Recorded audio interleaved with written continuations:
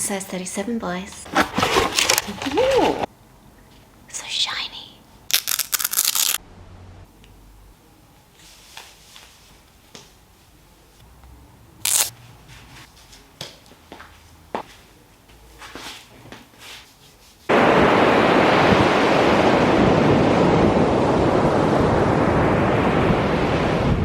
So I have transformed my style significantly over the last year or so, and I want to give you my updated 2024 tips on how to transform your style. Now, the first step is absolutely analysis. You need to be able to analyze what you've done up until this point, what has worked, what has not worked. Are there situations that you can't find outfits for? Are there situations that you have too many outfits for? The outfits that you do have, how do they make you feel? Do they give you the vibe you want? You need to be able to ask yourself all these sorts of questions and answer honestly. I will say that while this is the shortest point I'll touch on in this video, this is by far, in reality, the most time-consuming part, and it may take months for you to do this. And how you do this is completely up to you.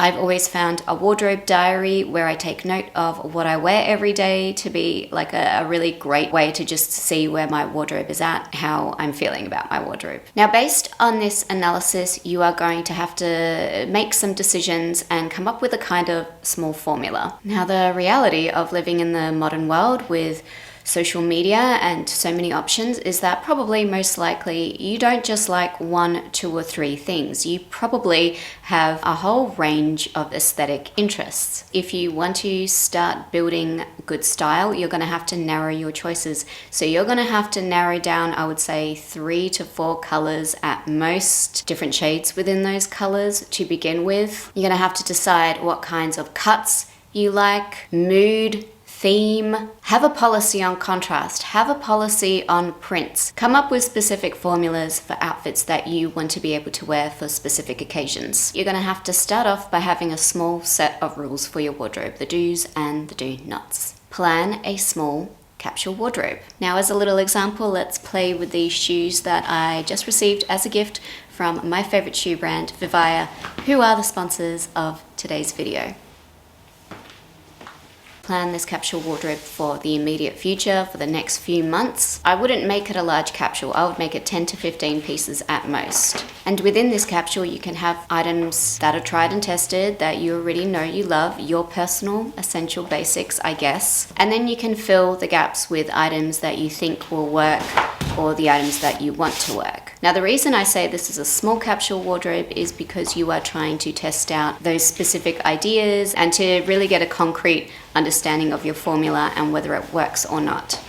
That doesn't mean you can't still take from the rest of your wardrobe, and maybe it's worth taking note if there are items that do come out of your wardrobe that you didn't think would come out of your wardrobe. Basically, you are trying to test out this small formula within a small section of your wardrobe. A big thank you to Vivaya for sending me these glorious shoes. If you have not yet tried Vivaya, do yourself a favor, use my discount code and get yourself a beautiful pair of Vivaya shoes. With a range of beautiful versatile designs and a huge variety of colors, I can guarantee that you will find at least one pair of shoes that you will love and wear constantly. Vivaya are a brand committed to comfort, practicality, and usability. And they are one of the few brands out there constantly innovating in terms of comfort. First, today we have the Kiara shoe in rich grey silver. All of the shoes I will show you today are a 37 and they fit like a standard 37. With this style, you can be confident your foot will be well protected with a cage design, dual arch support, 30mm sole cushion made from lightweight rubber for your active lifestyle, and an anti-slip outer sole. Vivaya shoes are great for travel, and that's because they are so lightweight. The Kiara weighing in at just 199 grams.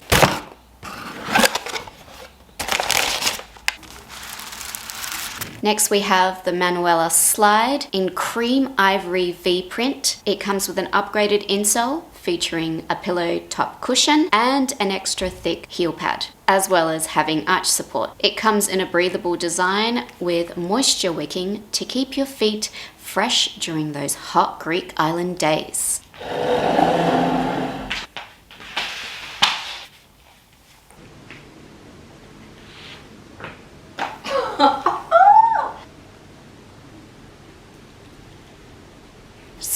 Stop it, they're so cute. This fabric is so beautiful. This is the perfect summer slide. This is something you could easily wear during the day casually, but you could definitely dress these up for a more sophisticated look as well. And finally, we have the Margot Mary Jane in nude, peach and black. It comes with this cute little adjustable buckle. I really love these shoes for the sophisticated square toe. I just think it's so chic. The two-tone design is a classic design feature. This is such an easy color combo to dress up or dress down. The ballet flat and the Mary Jane are by far my favorite type of shoe at the moment. So easy to dress up, dress down, pack if you're traveling.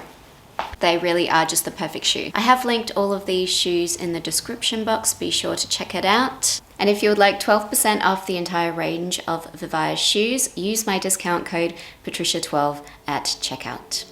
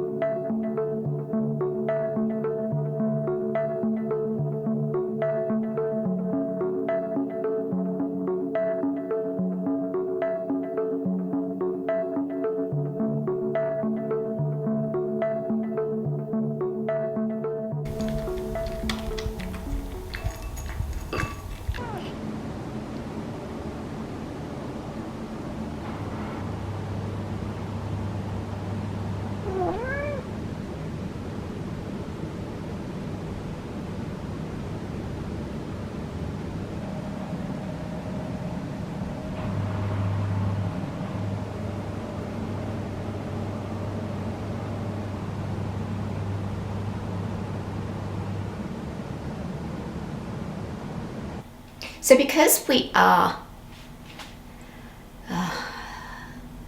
the sun, it comes and goes during winter. So because we are such a coastal community, you know, most of the things we do here are on the coast, people in winter definitely retreat, and the coast becomes pretty difficult for, I would say, probably about 3 months. Lots of wind, lots of rain. In the winter, we get these crazy storms, and we have rain that can last 3 to 4 days non-stop, and it's not the kind of rain where you can really walk around outside.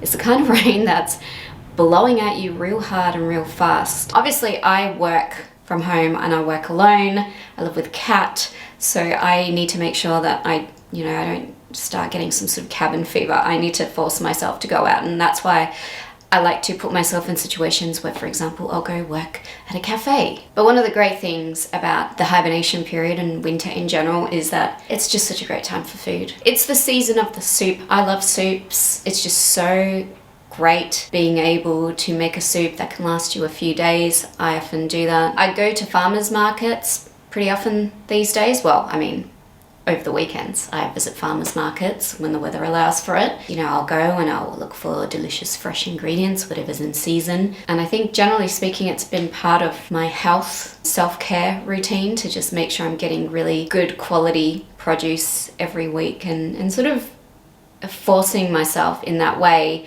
to eat a lot more fibrous matter than maybe I used to. And be sure that I'll always find amazing ingredients for a soup.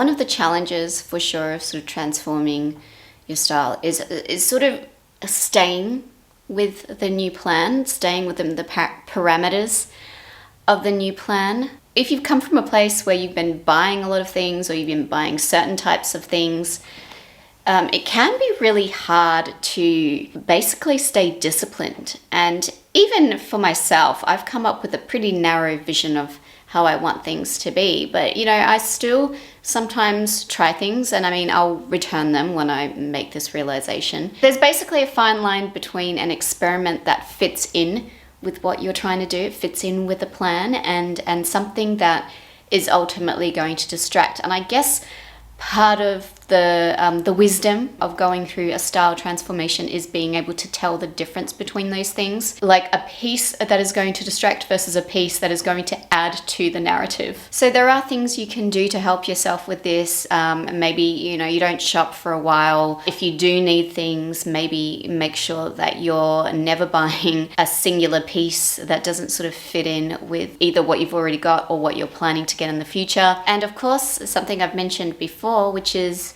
practice your style, practice your formulas. What are your formulas? Find your formulas and repeat them. Practice wearing a narrow range of things over and over and over again so that you know for a fact that you're comfortable with them. In terms of shopping, I would definitely buy less when you're going through the process of transforming your style, and definitely always practice wearing a piece before you buy another piece, before you decide whether this is the right direction or not. Practice makes perfect, and practice is the only real way to do it, unfortunately. If you are going to buy anything new to add to this new direction in your style, definitely make sure whatever you're getting is versatile, and not just versatile in the sense that, you know, it'll definitely work in a few different outfits in your wardrobe, but I would also be looking at how trans-seasonal the piece is, you know, how adaptable it is in terms of occasion. So for example, is it something that you can wear casually and also something that you can dress up? Staying narrow is the key to wardrobe satisfaction in the long term. That is how you develop these wardrobes that are versatile and usable. So if you want your wardrobe to be versatile, everything you add needs to have more than one purpose.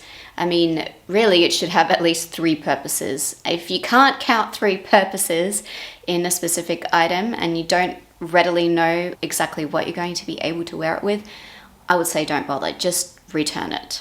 So the final piece of the puzzle is to upgrade your wardrobe. So I would say this is probably one of the last steps. This is the step that comes at the point where you've already narrowed down your style, found formulas that work for you. You have practiced those formulas. On top of all of that, you're feeling satisfied. You're feeling excited because you walk into your wardrobe and you already know what you're wearing. You never do this thing when you're throwing things around and procrastinating. You just have a plan and it's easy and straightforward. When you've come to that point, I mean, it might take a few months, it might take a year. That's when you can start considering upgrading individual pieces. Now, this, of course, you don't actually need to do. This is more for me. This is more for your bougie, lazy, glam attitude, if you have such an attitude. If you don't have that attitude, you can just disregard this last step. Now that I know what I'm doing and what I like, I have been slowly upgrading key pieces. Shoes is something I've been upgrading. For years, I didn't spend a lot of money on shoes, and now I'm like, okay, I want a few pairs of really beautiful,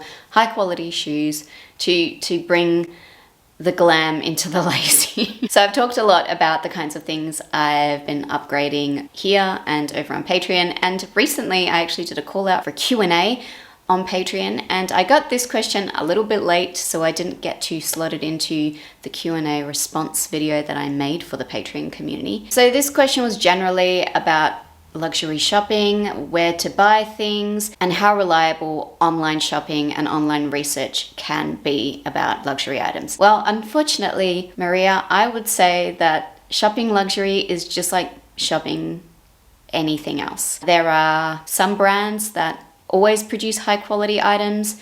There are some brands that produce very expensive items that are not high quality. A lot of designer brands have their own sort of fit. Certain brands are definitely designed for the longer ladies, the model types. So it's about as confusing as buying anything else online. I would recommend Farfetch. I'm not associated with Farfetch in any way at all, but they are very reasonable with returns. I mean, I think if you've bought a certain amount of stuff, they give you free shipping as well. I've tried lots of things from them and returned them, and I've never had any problems. Yeah, it's a reliable place to get designer things, and there's a big range as well. So I would definitely recommend them. But unfortunately, you're going to have to judge every single piece just as you would any other piece you want to buy online. So you're going to think about the fabric, you're going to look at the fit, you're going to try to find as many different images of the particular item as you can. Sometimes if it's a really iconic brand, you'll be able to find other people styling those items, not just the website that's selling them. So that's a good tip, to look for specific items in outfits. Farfetch are pretty good with their measurements, and they'll usually often tell you if an item is true to size or not. You can also do research that gives you that sort of information, like does a particular brand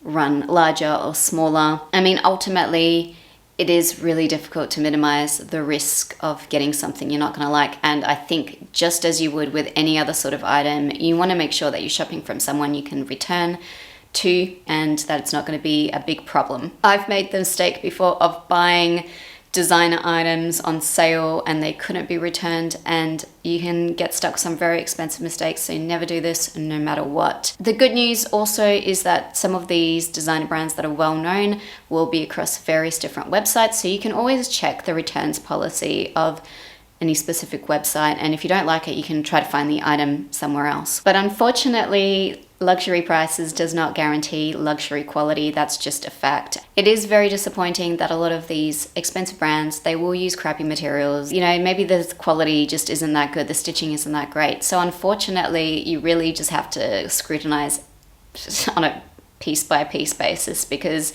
that's just the landscape of retail now. Everyone wants a piece of luxury, and luxury brands have cottoned onto this. They know that they can get away with a lot more.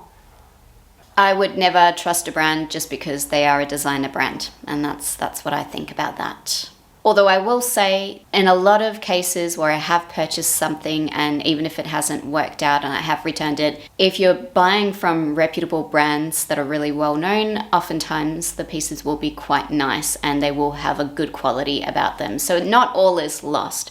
What I'm saying is that you just still have to check and research and really contemplate every individual piece. I hope that helps. Maria, I hope that answered your question.